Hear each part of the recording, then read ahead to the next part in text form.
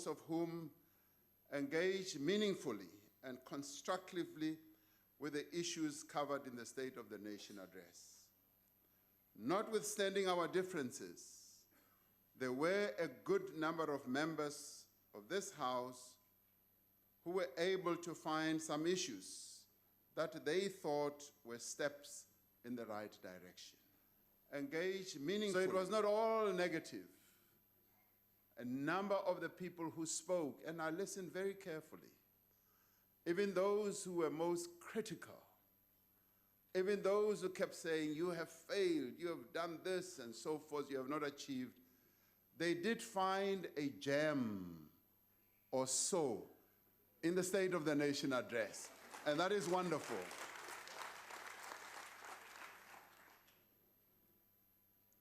Through their contributions, these members have demonstrated across party lines that this is indeed a parliament of the people, firmly committed to representing the interests and the needs of all our people. An exchange that took place in this House led to some in our country writing to me saying, "Dear President, I text you with a heavy heart. I am most saddened as a woman. The use of gender-based violence as grist for the gossip mill in your parliament is one that has weighed heavily on me. The weaponization of gender-based violence is an insult to the millions of women who are victims of this national crisis.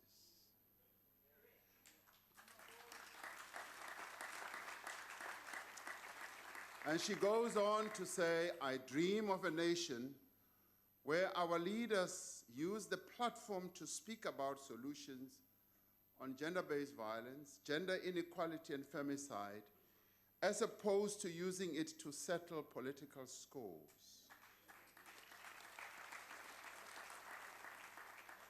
This social crisis is a reality for many women, not just in our country, but all over the globe. The mention of a person who has passed away in Parliament yesterday evening was unjust, unnecessary, and spine-chilling. It was raw and inconsiderate. I am deeply saddened by the manner in which events unfolded." Close quotes. Now, this message succinctly addresses what happened in this House regarding this matter.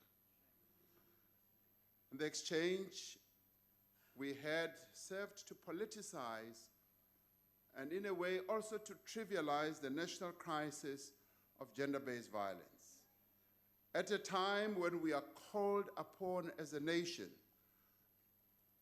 all of us, to intensify and deepen the struggle to end all forms of violence perpetrated by men against women. The statements made and the purpose they were intended to serve were not really good. They undermined the resolve of this House that we demonstrated in the joint sitting that we had in September. We all met here solemnly committed to addressing this issue. I think this is something that we should, Madam Speaker, Chair of Council of Provinces, apologize to South Africans for the manner in which this matter was debated.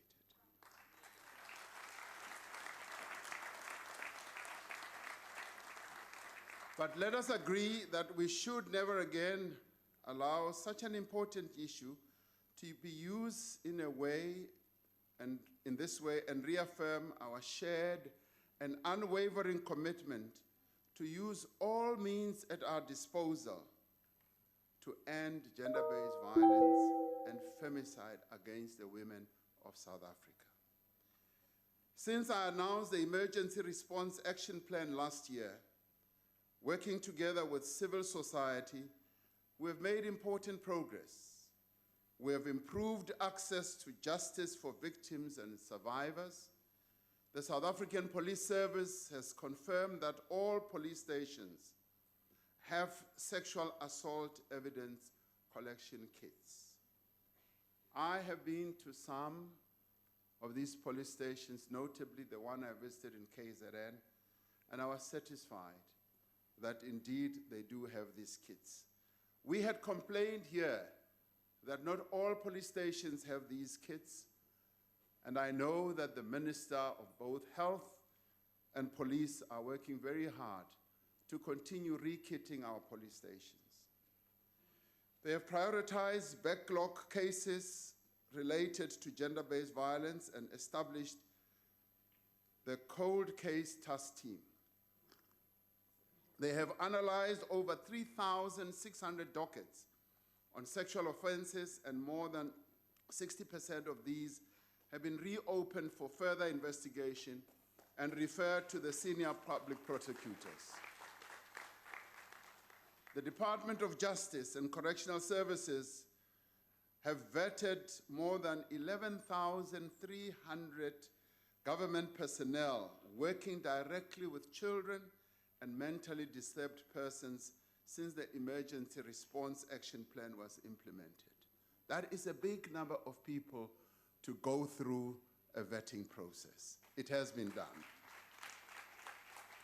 We are making progress in establishing a visible and sustained multimedia campaign to raise awareness around gender-based violence and change behavior as well. We have appointed 200 social workers, and I'd like us to appoint more because we have many social workers in our country who remain unemployed. We need to bring them into employment so that they can do the social work that they were trained for. And we are training health professionals and social service practitioners on post-violence care and trauma debriefing.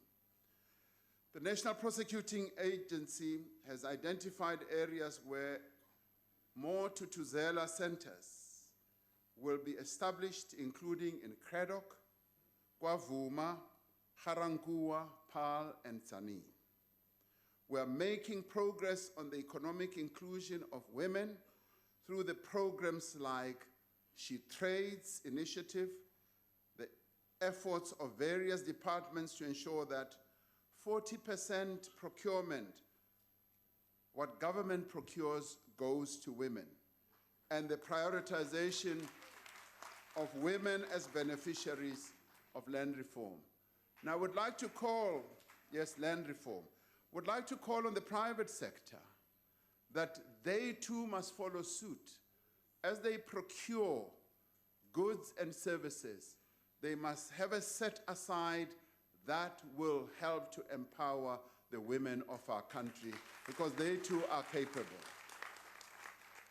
But we will all agree that much more still needs to be done. As a nation, let us have the courage and the commitment to bring an end to this violence. Madam Speaker, the State of the Nation address is about the immediate and pressing task of the inclusive growth we want to achieve for our people.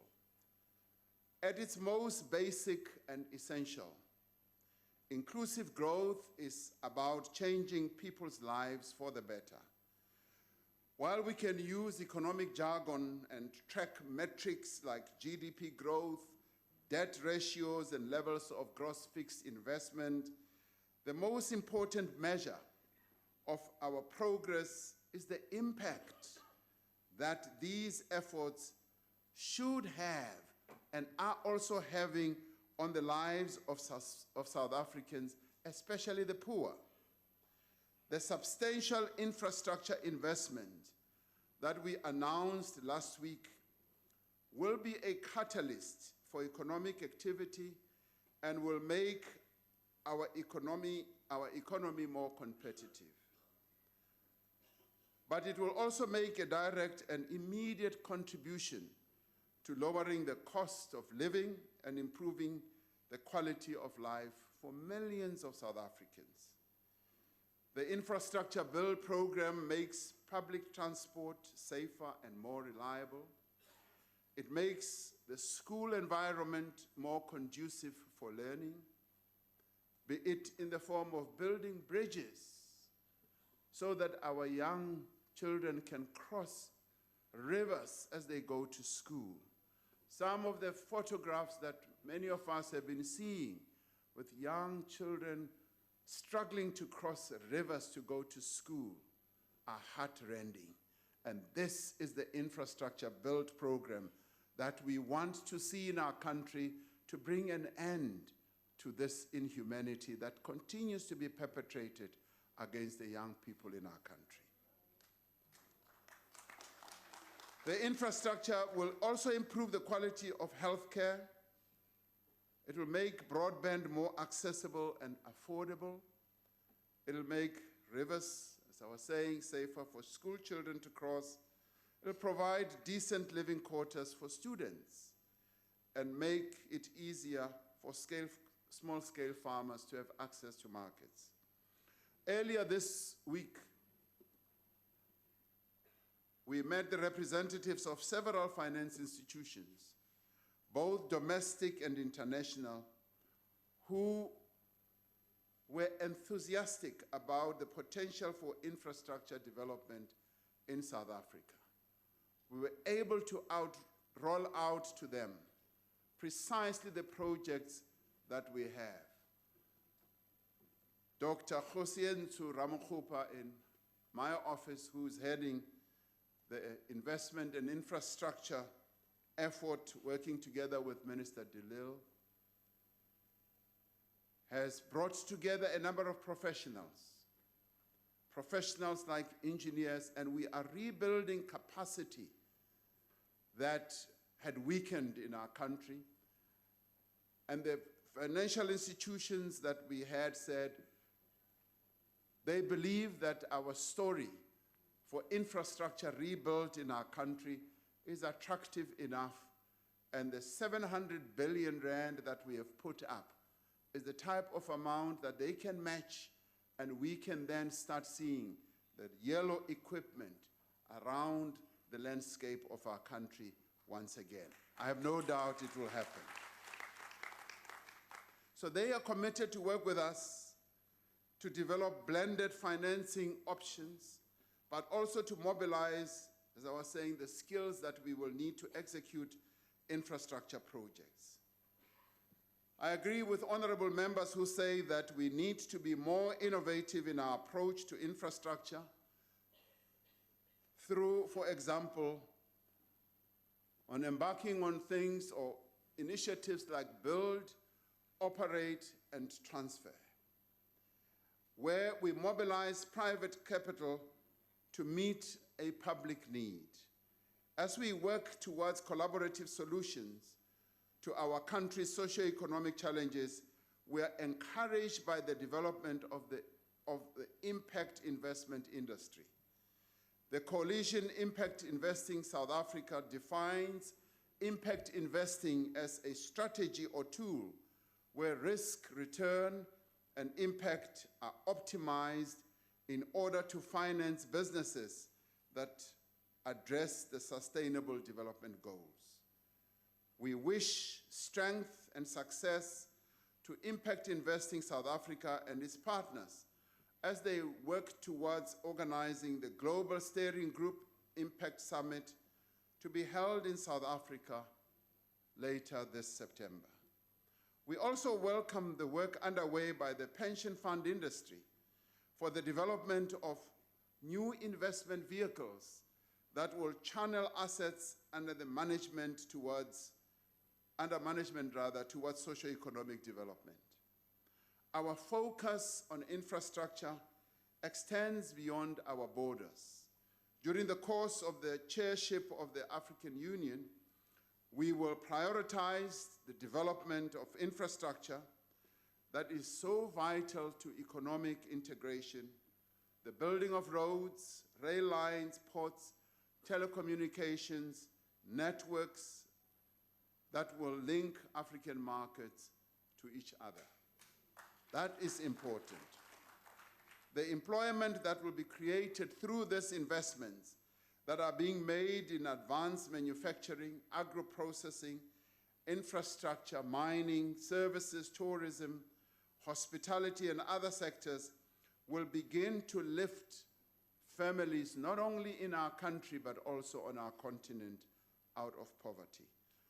You could say that, yes, we are in the preparatory stage. We are preparing the ground to do what Minister Patel said, to have the planting season, and following the planting season, there will be the harvest season without any doubt. It will happen.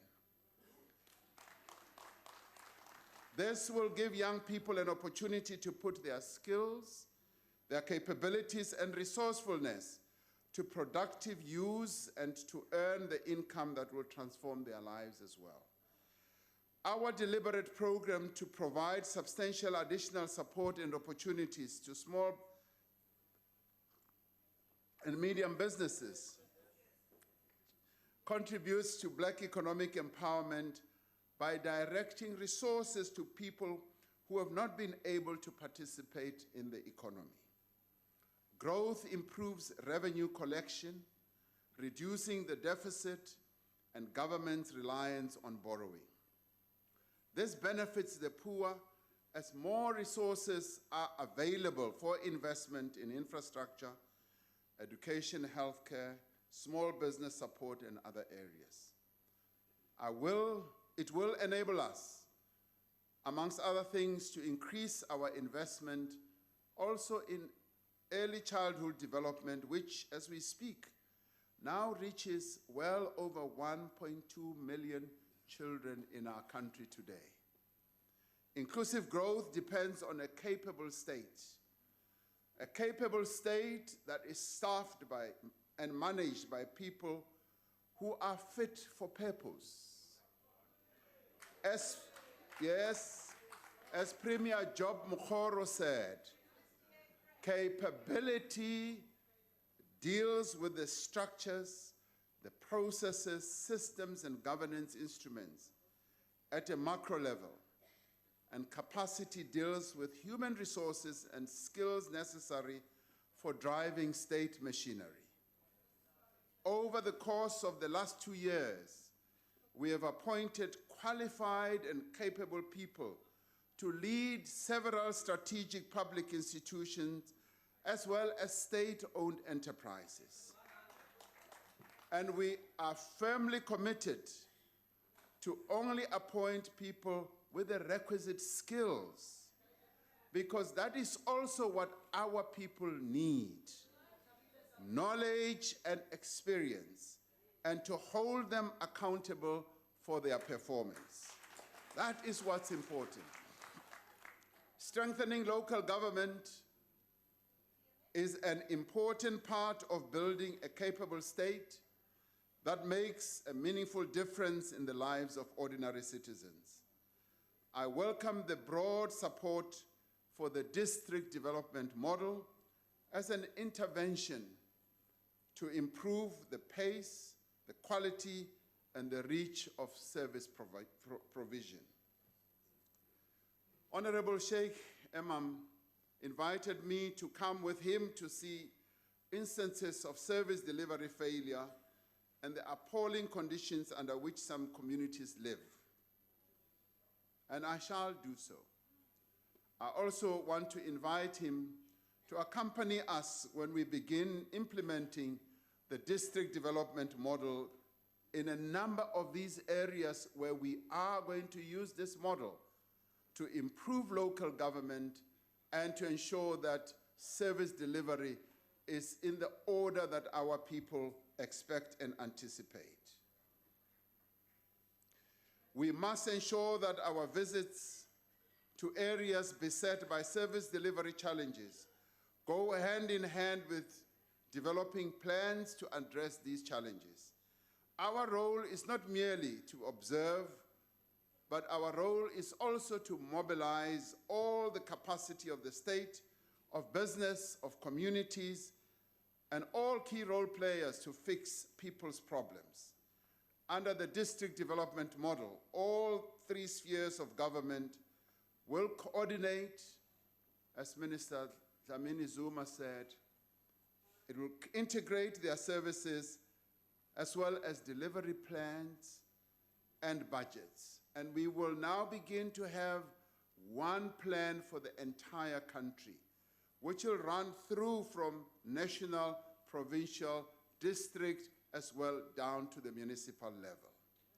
Communities and businesses will be able to also participate in guiding developments taking place in their areas. Next week, we will be having a meeting of the President's Coordinating Council where all provinces and our 44 districts, as well as our 8 metros, will meet for the first time jointly together to discuss the district development model and begin the process of evolving one plan for one country. Through such collaboration, we will be able to consolidate our approach to government as an interdependent and interrelated system. We continue our efforts to change the spatial architecture of our past, promoting development in areas that have long been neglected. The development of a new city around Lanseria should provide a model for building new cities elsewhere in the country, in high-growth areas such as Lephalale, or in areas with great potential like in the Northern Cape. So when we embark on this process of changing the apartheid spatial architecture, yes, we need to have in our mind that we should build new cities. That's what other countries have done as they have changed the trajectories of their countries from a sad past, be it war, be it anything that has served to take their countries down. So we should be brave, we should be bold, we should have foresight and be able to change this architecture that we were bequeathed by apartheid. Yes, one of our members here in debate said, we were bequeathed this apartheid architecture by those who formed the Union of South Africa in 1910, and we still live with it. And in large measure, that is correct. And we need to change that. And he raised the point about, do we need, it was Honorable Shivambu, shouldn't we now start looking at having a parliament, even a solid government precinct, where every South African has easy access? Now, that too is a debate and a discussion that we should have in our country. Some research is being done in that regard, and work will then ensue. This, in many ways, will help us to start migrating from what apartheid built up in our country as the apartheid machinery started grinding the lives of our people into nothingness. We continue to rebuild the critical institutions that were eroded by state capture.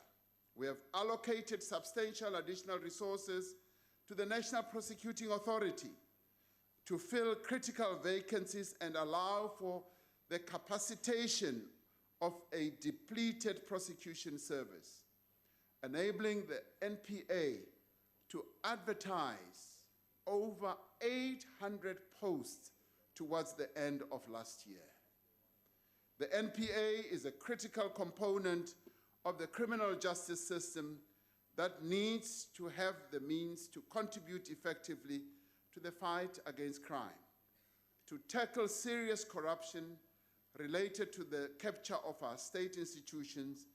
The NPA's new investigating directorate has been working closely with law enforcement, with SARS, with the Financial Intelligence Center, with the SIU, the Reserve Bank, and private sector, and engaging with the Zondo Commission as the work continues.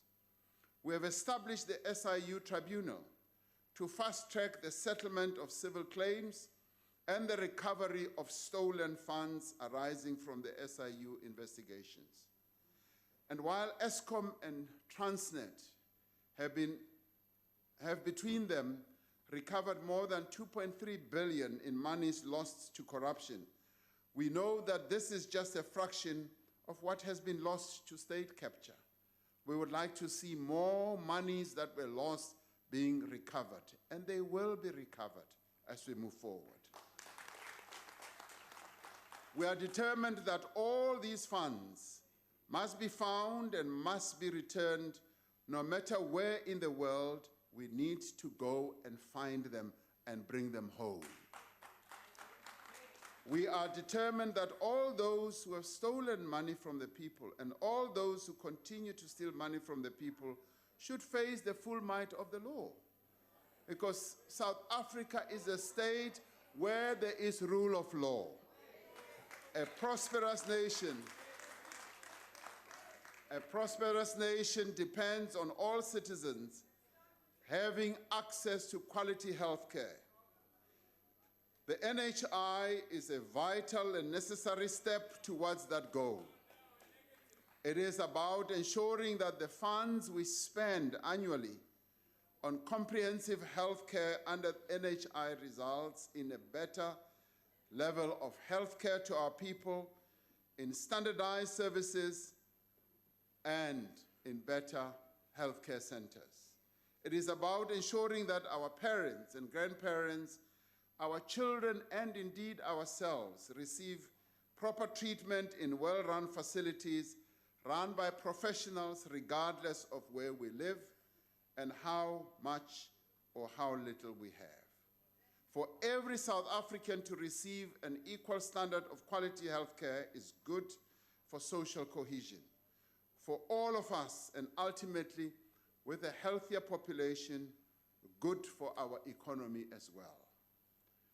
We are clear that the pace and the scale at which we implement the NHI will be determined by the means at our disposal. As we improve the quality of our public health system, as we work to improve access, we must apply ourselves with even greater effort to bring an end to AIDS as a public health threat to our country. We are within reach of the goal of 90-90-90, where at least 90% of HIV-positive people know their status, 90% of these people are on treatment, and 90% of those on treatment have undetectable viral loads. The South African National AIDS Council is driving the broad strategic plan to achieve these goals and to turn the tide against TB in our country. This includes targeted prevention, efforts aimed at vulnerable populations, including adolescent girls and young women. It further strengthens our response. In strengthening our response, we call on public representatives to promote awareness and to step up prevention efforts on HIV and TB. Similarly, public representatives are urged to work with government and its social partners on the impact of non-communicable diseases on society as well as on the economy. As some honorable members have noted, land reform is an essential part of our inclusive growth. Unless we change the patterns of land ownership in South Africa, unless we give all South Africans access to land for agriculture, for commerce, for housing, we will not only be perpetuating a grave injustice, but we will also be constraining the economic potential of our land and our people as well. The lack of land is, alongside the lack of skills, one of the greatest impediments to economic growth and prosperity in our country. And it is for this reason that we are undertaking a program of accelerated land reform that focuses not only on redistribution, restitution, and tenure reform, but also on the support that beneficiaries need in the form of training, finance, extension services, and the implements to be successful farmers. And we will admit that we erred in the past by giving our people land through the restitution and redistribution processes without giving them adequate support. This time round, they will get adequate support so that they can work the land. We support the amendment of Section 25 of the Constitution and are drafting a new expropriation bill to clarify the circumstances in which land may be expropriated without compensation.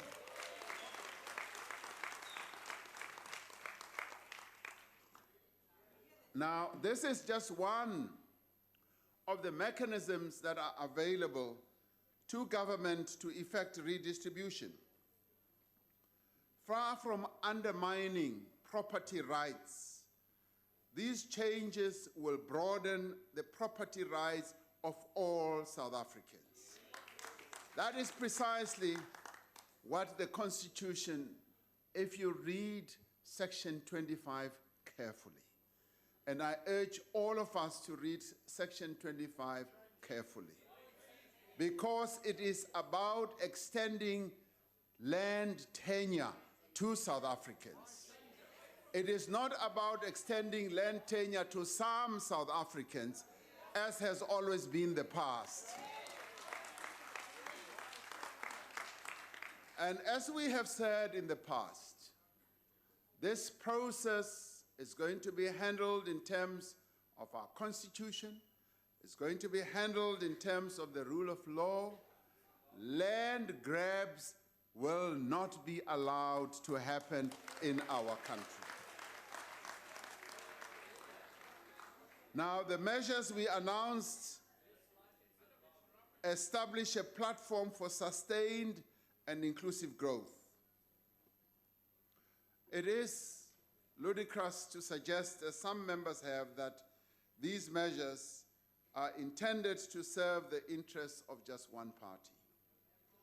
They are measures that extend the benefits of economic and social development to all South Africans, particularly the poor and the vulnerable of our people in this country. Over the course of the last 25 years, we have extended access to all South Africans, regardless of political affiliation, to housing, to electricity, to water, to education. And as this was being done, please listen carefully. Not a single one on the ruling party side went around and said, "Do you want education?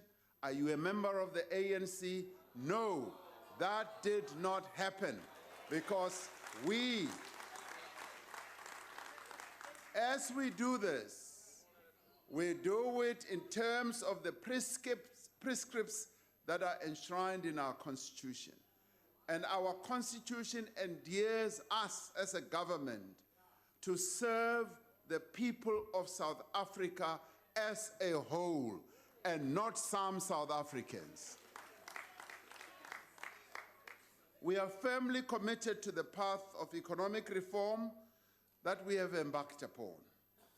We are removing red tape to reposition our economy, working with the private sector and with labor to address the specific blockages that hamper the growth of companies. And we refuse to be reckless. We will not, as some honorable members have suggested, simply switch off Eskom's life support, for to do so would be to plunge our economy and our country into chaos. We have a clear roadmap to restore Eskom's financial and operational position and to place our entire energy sector on a new trajectory of sustainability. As we address the immediate challenges and undertake the urgent tasks of the present, we are taking bold steps to stand the country in good stead for the future. Our decision to establish a sovereign wealth fund, even at a time of great economic difficulty, is an exercise of our responsibility to future generations. Madam Speaker, Honorable Chairperson of Council of Provinces, listening to some of the speakers in this debate, one could be forgiven for thinking that South Africa was trapped in an inevitable downward spiral. Despite the grave challenges we face, we are making progress. We are not hiding from our problems. We are acknowledging them. We are confronting them. And in so doing, we are establishing a firm foundation for growth. I was impressed by an article written recently by Mark Ashton, a former financial journalist. And among other things, he said the following: much like we need to fight back against corruption, fake news, and other social ills, we need to fight back against pessimists talking South Africa down.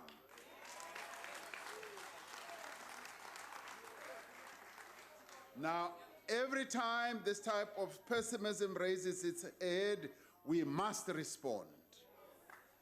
Citing several success stories, he says, these are not the stories that make it onto Facebook or Twitter, because sharing good news is not algorithm friendly. It's not algorithm friendly.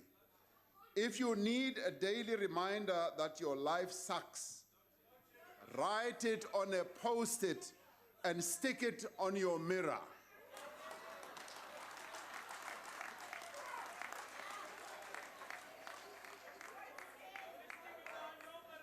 We have to push back, he continues. Mark Ashton continues. We have to push back against negativity at every turn. We have to show that the inches are all around us and we are actively seeking them out.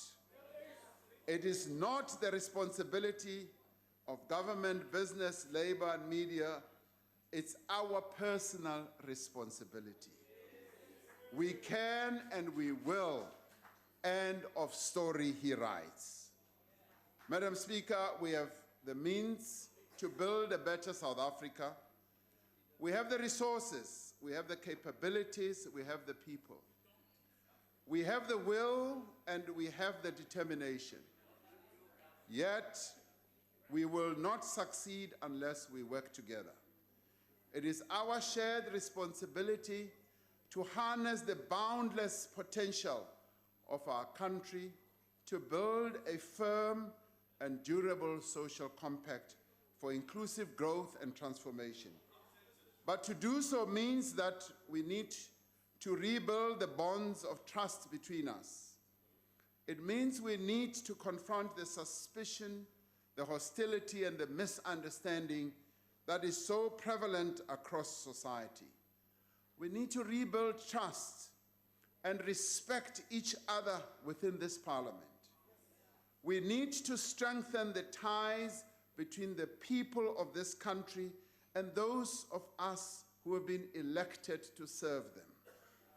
We need to rebuild trust between employer and employee, between man and woman, between parent and child.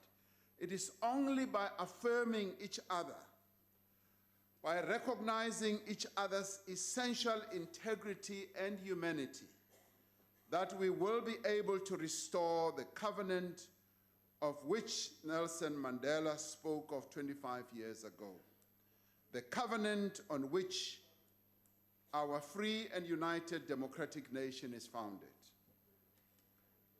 The debate on the State of the Nation address has drawn to a close. Now is the time to implement. As Martin Luther King Jr. said, We are now faced with the fact that tomorrow is today. We are confronted with the fierce urgency of now. In this unfolding conundrum of life and history, there is such a thing as being too late. This is no time for apathy or complacency. This is the time for vigorous and positive action. Now, I want to deal with a matter which I started dealing with earlier. And I want to deal with it with the sensitivity that it requires. The matter that was raised by Honorable Malema here. Now, in raising this matter, he raised it in 2017 and said that the president used to assault his first wife, Hope Ramaphosa. Now, Hope Ramaphosa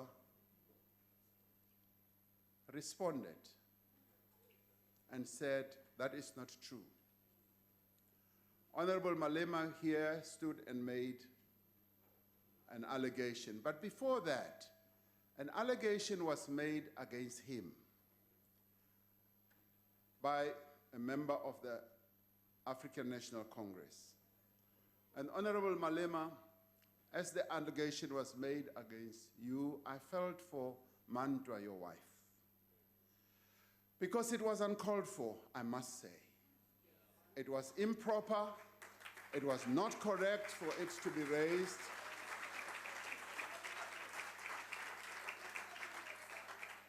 And if I can offer an apology to you about this, I would like to, because it was uncalled for. And Mandwa responded. You have raised the issue of my late former wife, Nomazizi. She is not here to respond for herself. And as I read in the piece that I dealt with earlier about this text that I got, this young lady evoked a sense that should really mean something to us, that we should not resort to using issues such as these, as it was used also against you, to politicize and to trivialize an important issue that affects so many women in our country. All of us need to engage in this struggle against gender-based violence. And I want to say, I am a father of daughters. I'm a grandfather of granddaughters. I'm a husband. I'm a brother to a sister. And I also have in my cabinet, 50% of the people who are in the cabinet are women. And I have members of parliament who are women. And we have South Africans, majority of whom are women. And these are the people who all of us must stand up and engage in the fight against gender-based violence for. These are the people that we must serve. We must engage in this fight and make sure that we bring gender-based violence to an end, and we do so in our lifetime.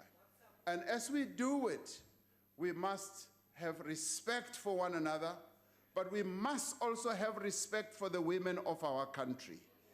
That as we do what we have to do to engage in this fight against gender-based violence, we do it with great sensitivity towards them and their families. And my heart goes out to Mandwa and your family, Honorable Malema. And I do hope that my member of parliament on this side, because we must not politicize this issue of gender-based violence. We must, all of us as men, stand up and fight against gender-based violence. Thank you very much.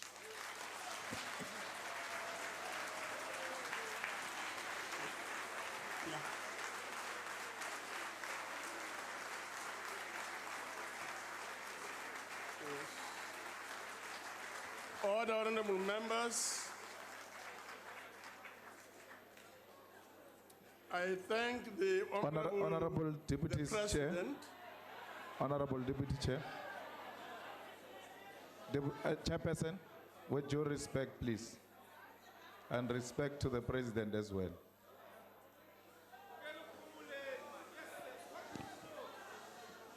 Chair, can I proceed?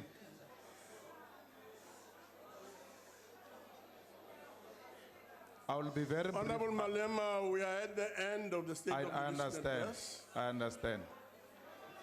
I want to say to the President.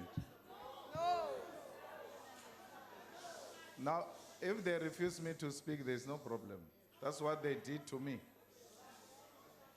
Chair, my wife was insulted in front of the President during the State of the Nation. Nothing was said. My wife was insulted again 5 days after, next to the President. Nothing was said.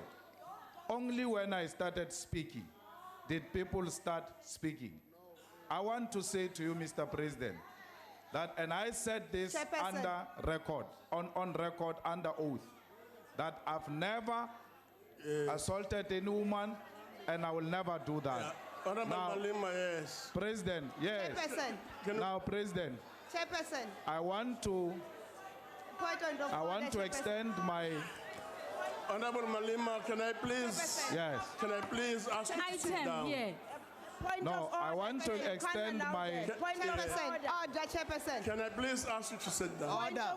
But before you rule me out, Please. just One item here. Order.